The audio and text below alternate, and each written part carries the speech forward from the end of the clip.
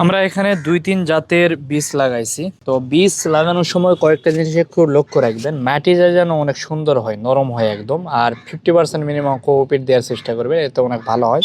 আপনার সিডলিংটিতে লাগানোর চেষ্টা করবেন, যদি না লাগান আমার মতো এইভাবেও লাগাইতে পারবেন। আর বীজের উপর অতিরিক্ত মাটি দেওয়া যাবে না। মনে করেন আপনি বীজ লাগাইছেন, লাগাই 4-5 ইঞ্চি মাটি দিয়ে রাখতেছেন, গাছটি উঠতে উঠতে অনেক সময় মারা যায়, বা অতিরিক্ত পানির কারণে, যেহেতু উপরে মাটি থাকবে, কোকোপিট থাকবে, অতিরিক্ত পানির কারণে পচে যাইতে পারে। তো এই জন্য খেয়াল রাখবেন। এর উপরে কি করবেন, হালকা কিছু মাটি দিয়ে দিতে হবে, ঠিক আছে, খুবই হালকা। যেমন আমি এখন দিয়ে দিচ্ছি মাটিগুলো। তো এই মাটিগুলো দিয়ে দিলে দেখবেন যে গাছ দ্রুত গজাবে। আর গাছ গজানোর পরে পরবর্তীতে আমরা এটাকে ট্রান্সফার করে খুবই পাতলা করে বিভিন্ন জায়গায় এগুলো আমরা লাগাই দেবো। তো চেষ্টা করবেন, মূল বিষয় ছিল যে বীজের উপর বেশি মাটি দেওয়া যাবে না। অতিরিক্ত মাটি দিয়ে দিলে আপনাদের হচ্ছে বীজটা উঠতে পারবে না ওখান থেকে, তার উঠতে অনেকটাই কষ্ট হয়ে যাবে, যেহেতু গভীর মাটি। আর অতিরিক্ত পানিও দেওয়া যাবে না, যেটার কারণে পচে যাইতে পারে গাছ।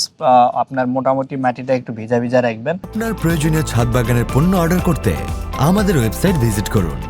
গাছ যখন গজানো শুরু হবে তখন মাটি হালকা হালকা শুকনো শুকনো ভাব থাকলেও দিবেন না, মাটি দিবেন না, পানি দিবেন না। তখন দেখবেন অনেকটা শুকিয়ে গেছে, তখন আবার একটু পানি মারবে। এইভাবে আমি অনেক বীজ গজাইছি। এইভাবে এই গাছগুলো দেখতে পাচ্ছেন, সবগুলো অনেক সুন্দর হয়েছে। আমি নিজে প্র্যাকটিক্যাল করে দেখার পরে তারপরে আমি ভিডিওগুলো তৈরি করার চেষ্টা করি। আপনারা এখান থেকে সহজেই উপকৃত হতে পারেন। অনেকে আমাদের কমপ্লেন করে বীজ গজাচ্ছে না, উঠতেছে না। লাল তীরের মতো ব্র্যান্ডের, এইরকম লাল তীরের যে ব্র্যান্ডের ইয়াগুলো রয়েছে, এগুলো খুবই ভালো। কিন্তু এরপরে আপনার ইস্পাহানি, এরপরে রয়েছে এশিয়া, সবগুলো ব্র্যান্ডেরই আমাদের হচ্ছে সবে বীজ পেয়ে যাবে। কিন্তু অনেকের বীজ থেকে গাছ ওঠে না, অভিযোগ আসে, হয়তোবা কোনো ভুল করার কারণেই, মাটিতে কোনো পোকামাকড় বা হচ্ছে মাটিতে হচ্ছে কোনো সমস্যা থাকার কারণে না হইতে পারে, জানে না কিভাবে এটা করতে হবে, বিভিন্ন কারণে হইতে পারে। তো এগুলো একটু চেষ্টা করবেন, অথবা যে বীজটি লাগাবেন একটু নেটে সার্চ করবেন, বা বর্তমানে এআই এর যুগ, ChatGPT বা জেমিনিকে একটু প্রশ্ন করলে আপনাকে সবকিছু বলে দিবে কিভাবে আপনার এগুলো বীজগুলো রোপণ করতে হবে এবং কিভাবে গাছগুলো গজাইতে হবে।